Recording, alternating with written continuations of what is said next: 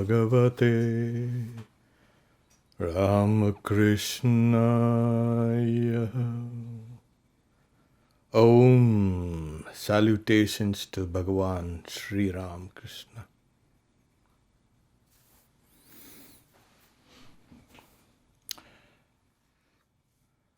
We're going to speak today about the gods within.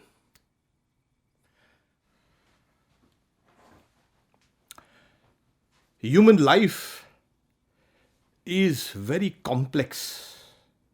There are many forces or factors working against us, within us. And it's extremely difficult to counteract everything. And human nature, the ordinary human nature, has been to seek comfort. We want comfort, toys, comfort, food, comfortable friends, comfort. And when we come to Vedanta, my God, it takes you out of your comfort zone. Well, they asked Swamiji about a comfortable religion. He's saying, my religion is not comfortable. It will shake you out of your own kind of illusions. That's what Vedanta does. Comfort and Vedanta are two different things. It takes a completely different view of oneself, of the world around, and the existence. The ordinary world view, comfortable world view, we try to block things off. That is not Vedanta. So, having said this, as the title was sent by MailChimp to all you nice people, one gentleman says, what do you mean by gods within? There's only Brahman within. Well, so I wrote back and said, you please attend the talk and then you ask the question once again. You see, now we have too many things already within us. Proteins and enzymes and bones and muscles and all the organs. And we have these neurotransmitters, the brain. We are packed inside. Completely packed. And then we have the trillions of bacteria and viruses all inside. Where is the space? There's no space. Evolution has designed us in such a way that we are kind of tightly packed. There's no space in within. And where do these gods come in? My God. Well, there's no space there, please. And that is where Vedanta comes in. As I said, these ordinary ideas have not been transformative in our lives. This doctrine, or this metaphysics, or this philosophy, or this epistemology, or this ethics, whatever you need to call it, this Vedanta is transformative. And if one cannot realize the gods within, it's just impossible to realize any aspect of Vedanta. This is the starting point of Vedanta. People have been skipping steps, going to the final conclusions of Vedanta and saying, oh, these things can be skipped. No, they cannot be skipped. You need to go through that. So the final conclusions of Vedanta are, yes, agreeable and comforting. You will have to go to these. So these are the first steps in Vedanta. One of the first steps in Vedanta. Okay. So we trumpet our consciousness as, yes, we are so superior. You cannot become conscious of all the crowd within. You are not aware of everything that's going in. Just impossible. Why? Because that's subconsciousness. You're not aware. And all this big trumpeting of a consciousness and consciousness and consciousness is just a flimsy film on an ocean. You are just aware of just one thing, your sense of individuality. Nothing else. You don't know anything that's going on inside. And just it's impossible. So the gods within also will have to be perceived, to be understood, at least intellectually. And then we can come to a certain stability in our progress forward. Okay? And this also dismisses the idea of paganism. So many gods. Why do you have so many gods? Every religion says, oh, these guys are pagans. They are kind of worshippers of the hundreds and millions of gods. No, that is wrong. In Indian religions, the real worship is internal. If you worship externally, that is one form of paganism. Having said this, we'll move on. Before we get into the main topic, I'll lay down the, you can say, groundwork by bringing in Sri Ramakrishna's, you can say, teaching about this aspect of Vedanta, which is found in the great master. So there was a man who tended his garden beautifully.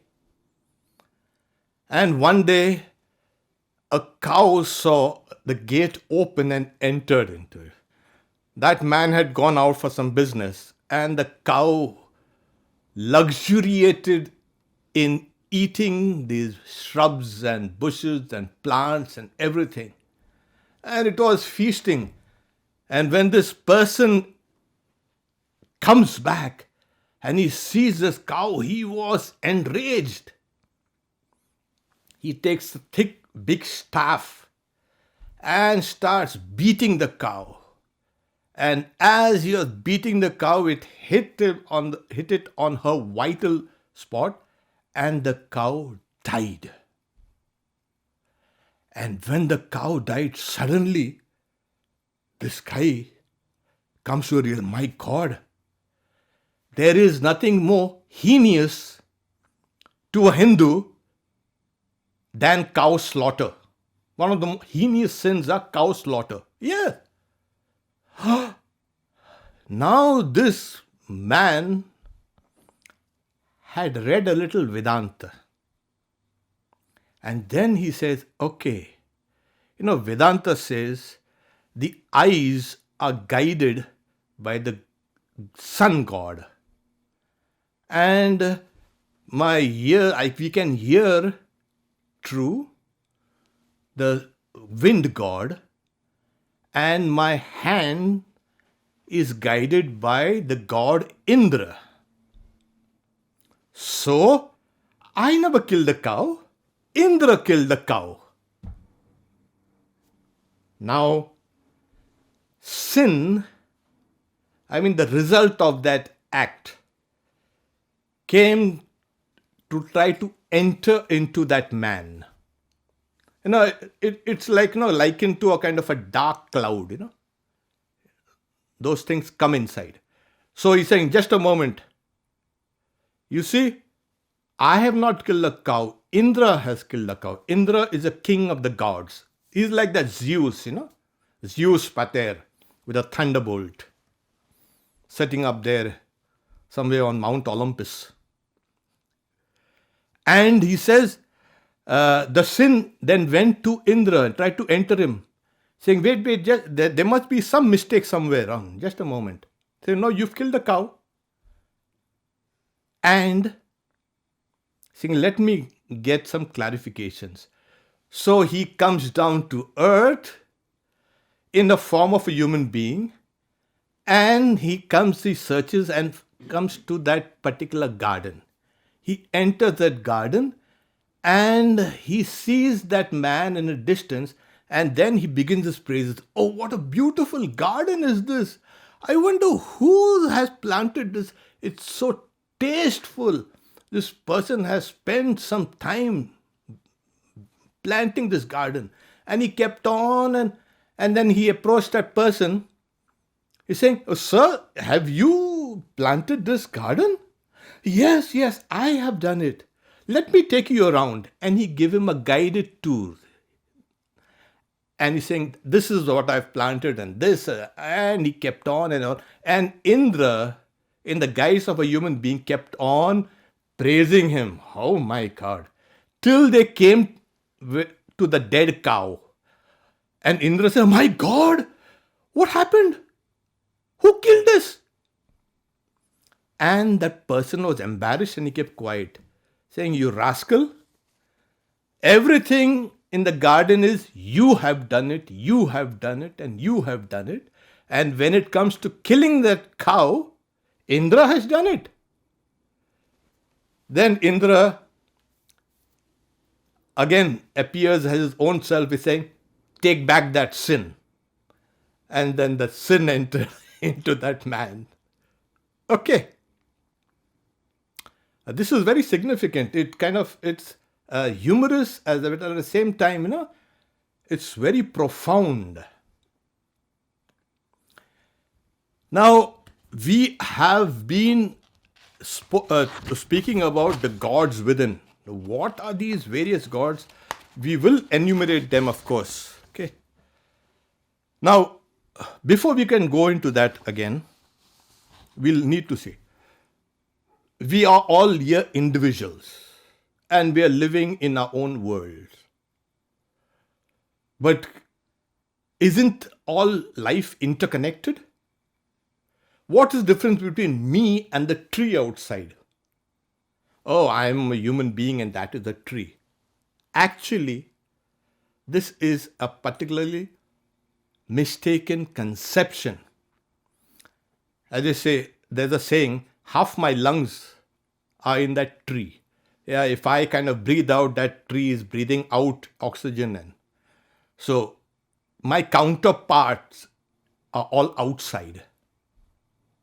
Yes, otherwise, how can you eat? How can you survive if your counterpart wasn't outside? The counterpart of your being, your very structure of your physical existence is outside.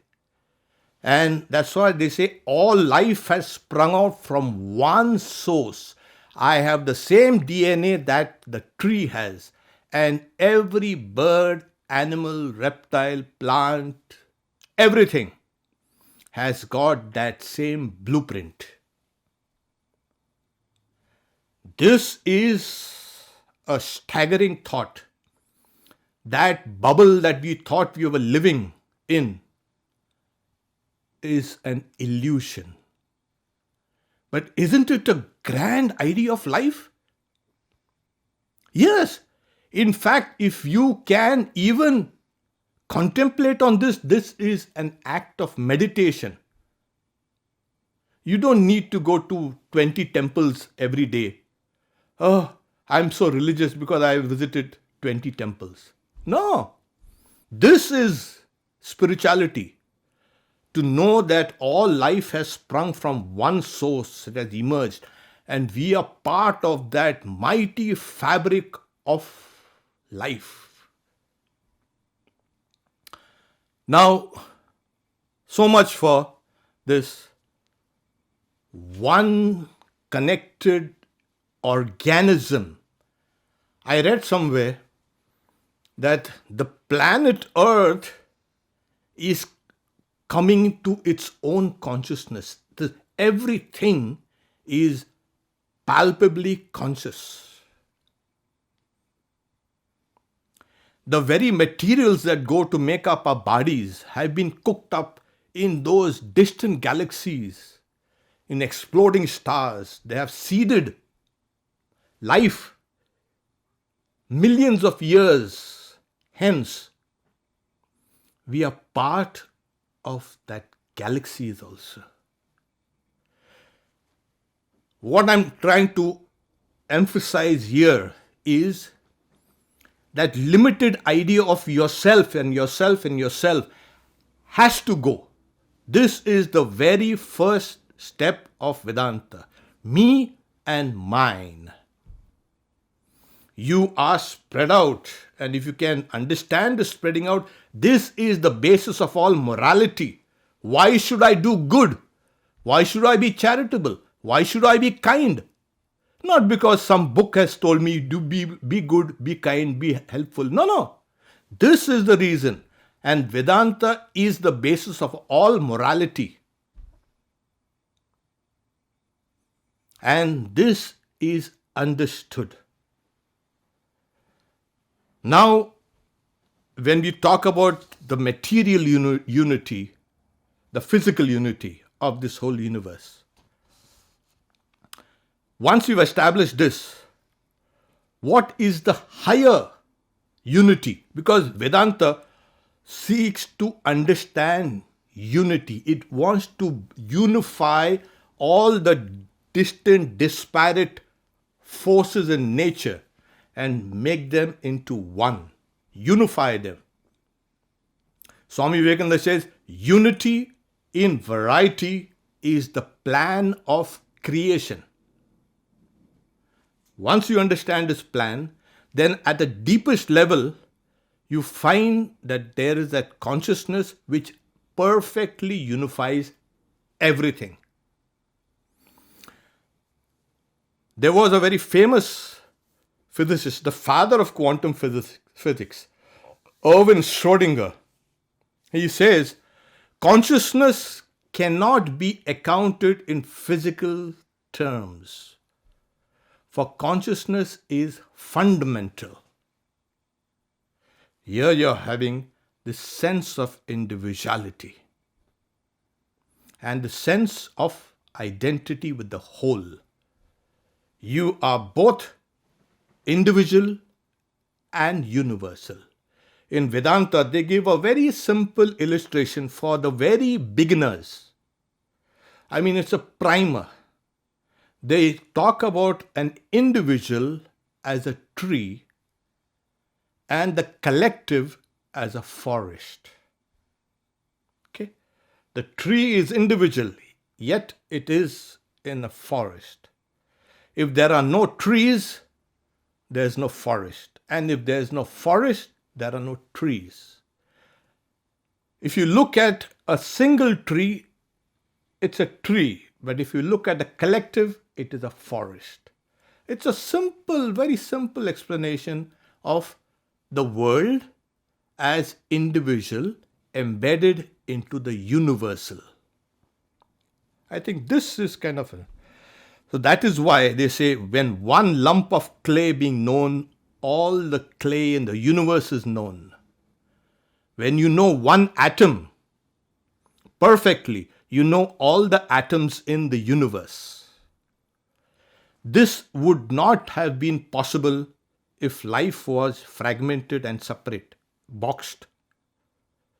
So you have individual knowledge which leads to universal knowledge.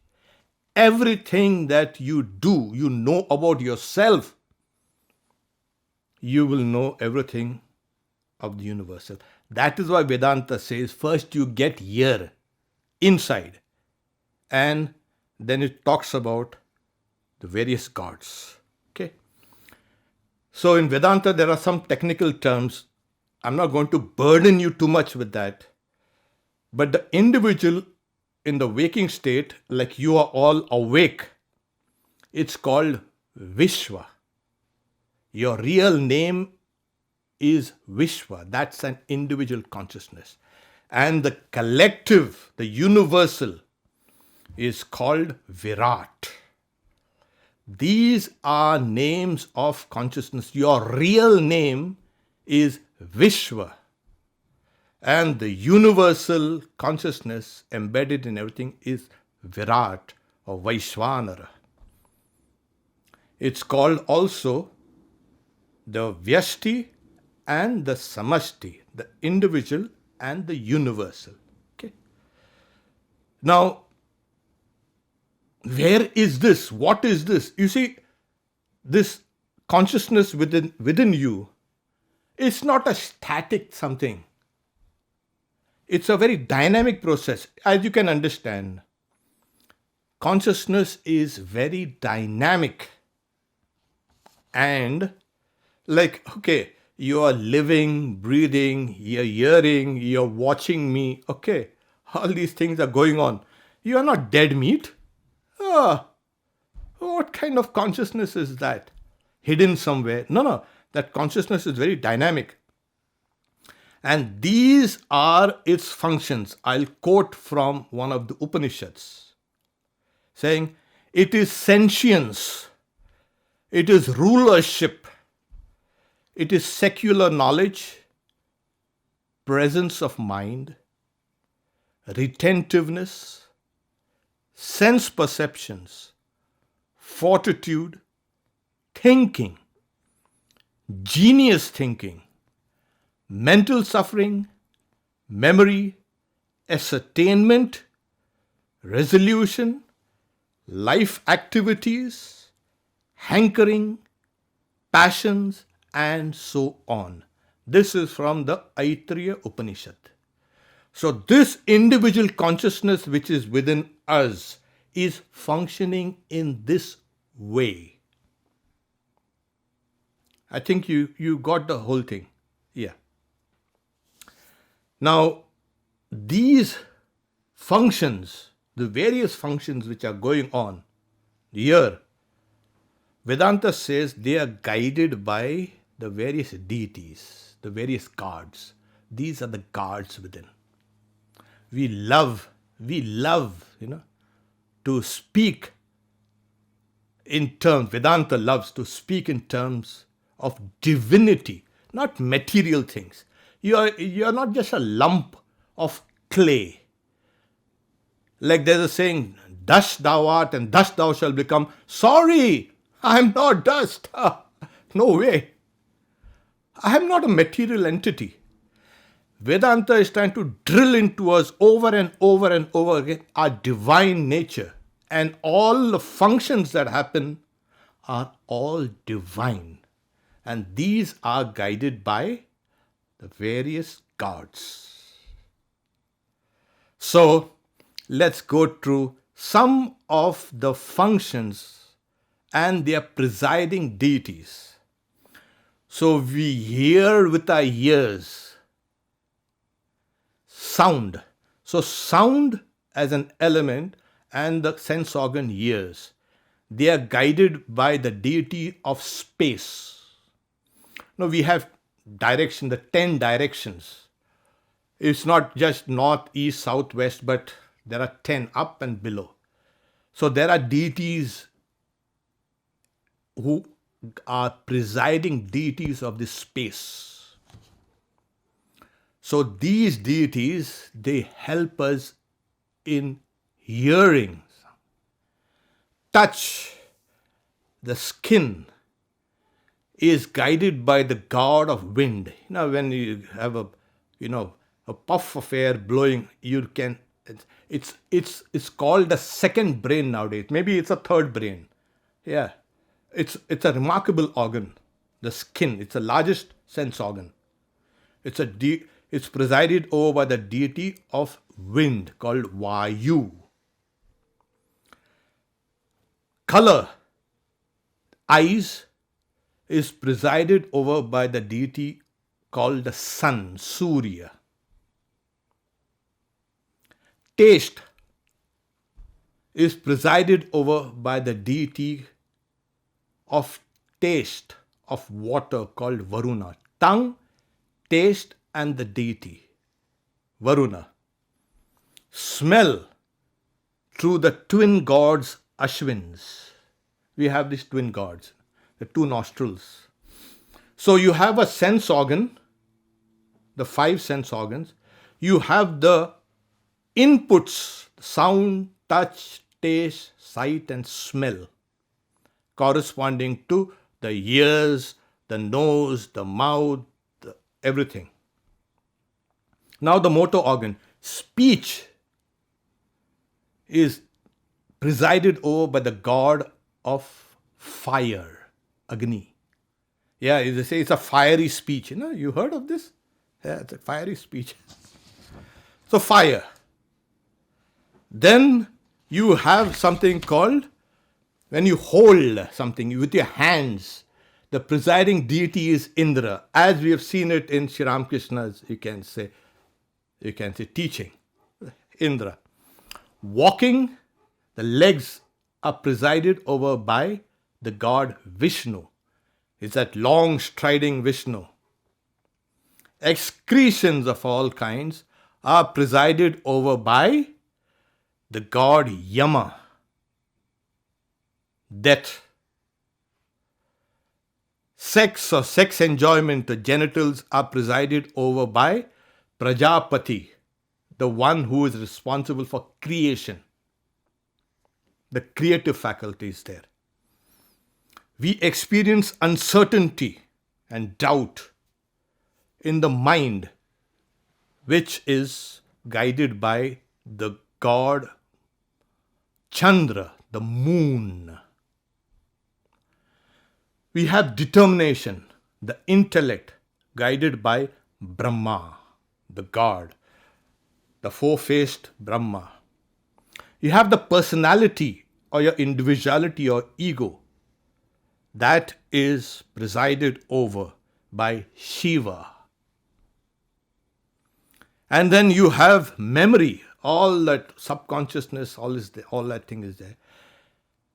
That is presided over by the god, again, Vishnu. Vishnu Smaranam Smaranam.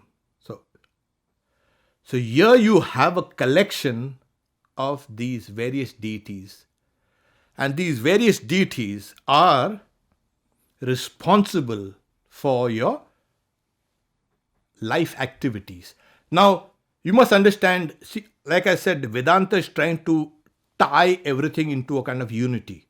What they are doing in this is unbelievable. The external world, the world of sound, taste, touch, sight and color, etc.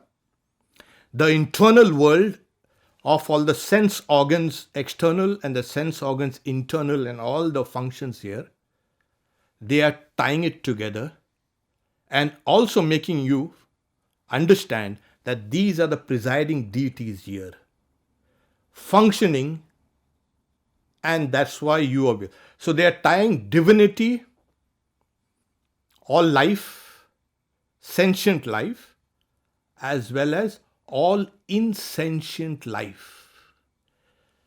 So this is the grand vision of the gods within. It's all sentient.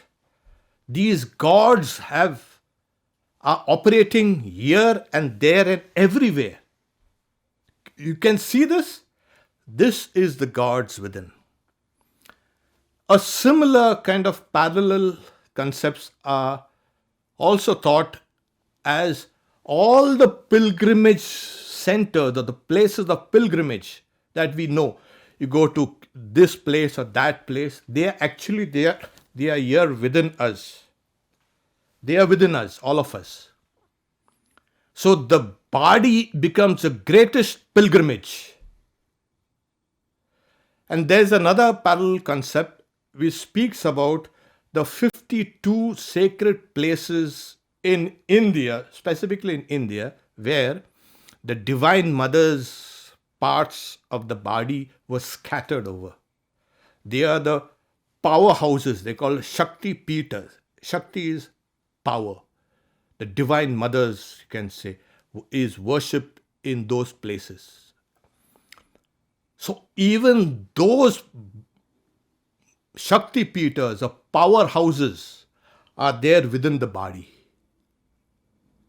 So here you have this consciousness which is a complete, you can say, pilgrimage, a complete powerhouse of divinities. Now what are these gods? They have their various individualities, like we have our various individualities. The very fact that they are operating means the other word for which speaks of gods as the shining ones, devas. It comes from the word div. Div means to shine. It is that old word, Indo-Aryan word from where divine has come. Yeah. Divine, devas, div, to shine. Divya, the heavenly worlds. It's all come from that old Indo-Aryan word, Sanskrit word, div, to shine. The word for gods is theos, theology. And in Spanish and other languages, you'll get Dios. It comes, you can see the connection from that old Sanskrit word, div, devas, the shining ones. These gods are the shining ones which are there. Shining with what? Shining with consciousness. Okay. So we have these functions. Once you come to this kind of understanding, then you come a long way in understanding that one central concept of Advaita, Vedanta. Okay. So this is how we can move towards the understanding. Now you see what happens is I've enumerated some of the gods which dwell inside. It's a frightening concept for the uninitiated. My God, there's a big crowd here. Yes, exactly. There's a huge crowd out there within you, and there's a huge crowd outside also. It is not that all these various gods have crowded only me. No, their counterparts are in every living forms. Otherwise, you're looking at this computer screen. The computer screen cannot know you. You know the computer screen and whatever you're watching it. In the beginning, in Indian philosophy, Indian religions or Indian mythology, God created man. We don't call him Adam. You know what we created? The universal man or the universal life. Yes, it's not Adam. Sorry. Because Adam is the individual. First, we create the universal person. And like every cell is integral to you. You are made of millions and billions and trillions of cells. So each one of us is integral into this mighty Virat, as I had said, or Purusha. This universal person was created. All of us are there. So these gods which are here are gods within each and every aspect of creation. They are guiding creation. This is a profound, you can say. So what do? We are actually interacting. Gods are interacting with the gods. Isn't it wonderful? Where all that hate and this animosity and this pugnacity and aggression will simply go when we understand we are interacting not only with life but with divine life. This is, let me put it bluntly, if we cannot understand this concept, it's impossible to understand Vedanta. So, the unification is going on in this mighty, you can say, Vedanta principles. Again, Erwin Schrödinger, I like to quote him because he was a student of the Upanishad, the Vedanta, yeah. If you can read his book, What is Life? So he says, Vedanta teaches that consciousness is singular and All happenings are played out in the universe. There are no ultimate multiplicity of selves. There's only the divinity. You can see him. I mean, he was a very good student of Vedanta. And many of us have listened to Vedanta lectures for years, and we cannot get the fundamentals right. This guy could get it. Yeah. His search for truth led him to Vedanta. Yes. And he found the answers here. So much for the fundamentals. Now to get down to, like I said, it's nothing connected. You know, in India, we have 3.3 billion gods. So many? Yeah, if we would, I don't know, we can stretch it even some more. We can make it 33.3 billion gods or a zillion gods. We love our gods. It has nothing to do with external worship. When we worship a deity after, 4 or 5 days of real worship, and we sing and dance and we weep and pray, we take that idol and we throw it out immerse it out in the sea or in the river. You know why? First, we ask that divinity to re-enter into us. Now, this is just a kind of an image. For the time being, we had extracted the divinity out from us, installed it into the image, and worshipped it, and then again we retracted that divinity back in. Every system of Vedanta, the streams of Vedanta, they are all worshipping that internal gods, not the external God.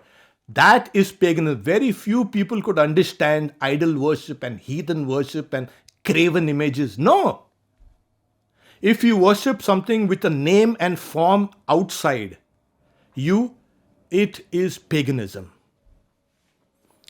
When you worship those same gods within you, you are a Vedantin. This is the huge dividing line between understanding what Vedanta is and not understanding Vedanta. So these millions and trillions of gods, they have packed the universe, not only in your body. Sorry, it's not.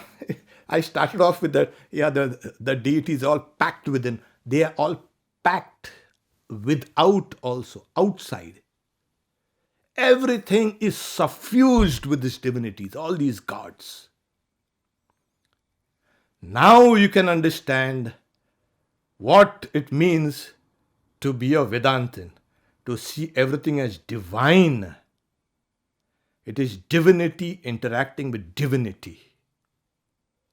This is the highest point in Vedanta. This is liberation. This is spirituality. This is freedom.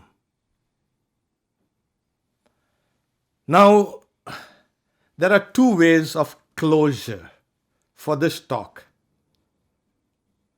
One way is, again from the Upanishad, it speaks about this one Brahman, that one reality is Indra. It is Prajapati. It is all these gods. It is all these material elements. It is all these tiny creatures which fly, which do not fly, which are stationary, which are immobile. It is all this. All these are impelled by consciousness. They have consciousness as its I, consciousness as its end. Consciousness is Brahman. So all these things have been resolved finally into that one underlying consciousness. There is another way you can come to closure, and that's wonderful. So there was a huge debate in ancient India, in very ancient India. This was more than 5,000 years. Can you imagine that 5,000 years ago, these sublime thoughts were thought out? And it has taken us 5,000 years to even reach a little understanding of these things. Those great sages, the Brahmavids, the knowers of Brahman, were debating in the assembly hall of a great king called Janaka. And one of them, Vidagdha, he says, how many gods are there, Yajnavalkya? The Yajnavalkya was one of the greatest of those sages in that assembly. So he's saying 303 and 3003. Now, there was a huge sacrifice where all these various mantras were chanted, and he took this as the various deities, 303 and 3003. So the other said, very good, Yajnavalkya. How many gods are there? So he said, 33. So the other said, very good, Yajnavalkya. How many gods are there, Yajnavalkya? 6. Very good, Yajnavalkya. How many gods are there?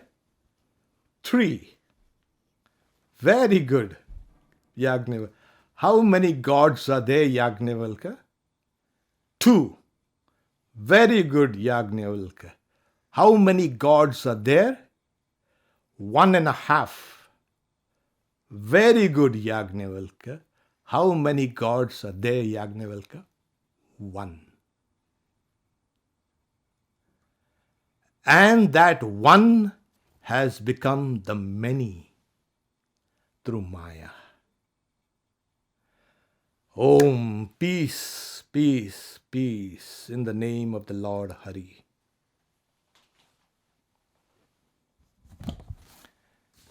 Now you're going to go back on this Easter Sunday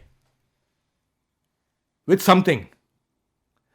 And if you haven't got your notes around, the video will be uploaded later. Watch it.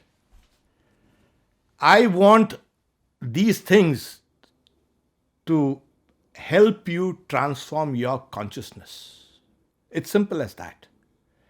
Like I said, it's not me talking, you listening and forgetting. It's going to let it act on your consciousness, and that consciousness is going to expand slowly. Why? Because it will make a better world, a more saner life. The more contracted we are, the more insane we are, the more ignorant we are, the more selfish we are, the more expanded we are. Life expands. Can you closet life like that? It will wither away. The more you expand yourself, that is life. Swami Vivekananda said, expansion is life, contraction is death.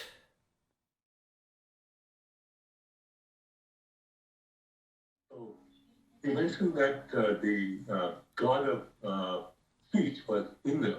Vishnu, the god of the legs and the feet is Vishnu. The god of the hands is Indra. No, I'm talking about the speech. Yeah, Vishnu, yeah. But we also know that we also are taught that the goddess of speech is Saraswati. There are many streams of thought. It is not. So you see, Hinduism is not one religion. So in the tradition of the Shaktas, that is the Divine Mother worship, we say the goddess of speech is Saraswati, Vak. She resides on the tongue. That's why they say don't use abusive language, don't shout. That goddess will run away. So in Vedanta, fire, Agni, is the god who looks after your speech. Okay. Like we have this Shaivas, and we have that is worship of Shiva. Then we have the worshippers of Vishnu, Vaishnavas. Then we have the worshippers of Ganapatyas, that is the worship of the Ganeshas. We have, and that is one thing, Gautam, you need to know, that we have unified every known system of religion. Even when Buddhism was trying to flee itself, distance itself from us, we bought it back. Yeah, you arose from us and you're trying to show how great you are. Come back. We unified everything. All religions stand unified on Vedanta. Okay? So it's a grand synthesis, the great assimilation that is even now going on within Hinduism. Yes, nobody can understand this. The grand assimilation. Tomorrow, if we are going to say Christ was an incarnation of God, a Hindu God, gone. The whole of Christianity might be absorbed into Hinduism. So, it is this synthesis, and that's what Swamiji said. It is a universal religion where every religion will have a sense of place and a purpose and a time there. Okay? Thank you very much. Other question is, Swamiji, while we are occupying our bodies, can you speak a little bit about how and what the God of introspection is? The introspection comes within the, you can say, one of the gods. You see, it is the four gods which are inside. The god of the intellect is Brahma. Brahma is the one where we contemplate, the intellect contemplates. Okay.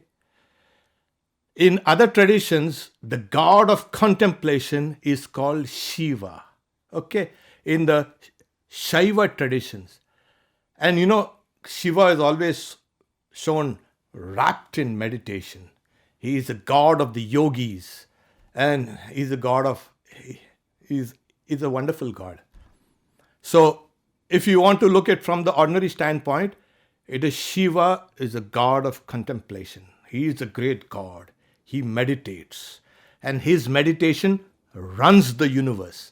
Our universe is run through the meditation of the gods, of the god Shiva.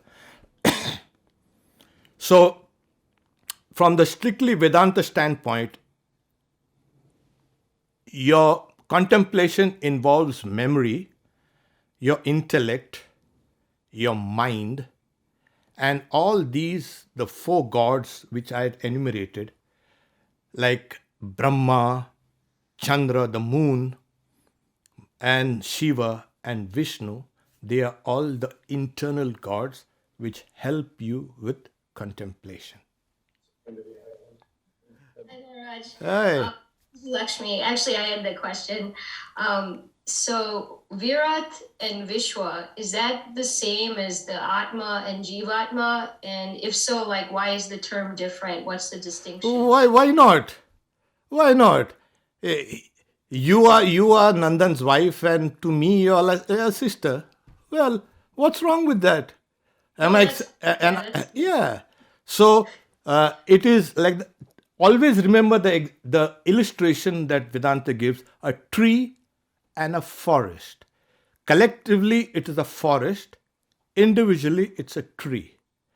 So the word Vishwa is your inner consciousness.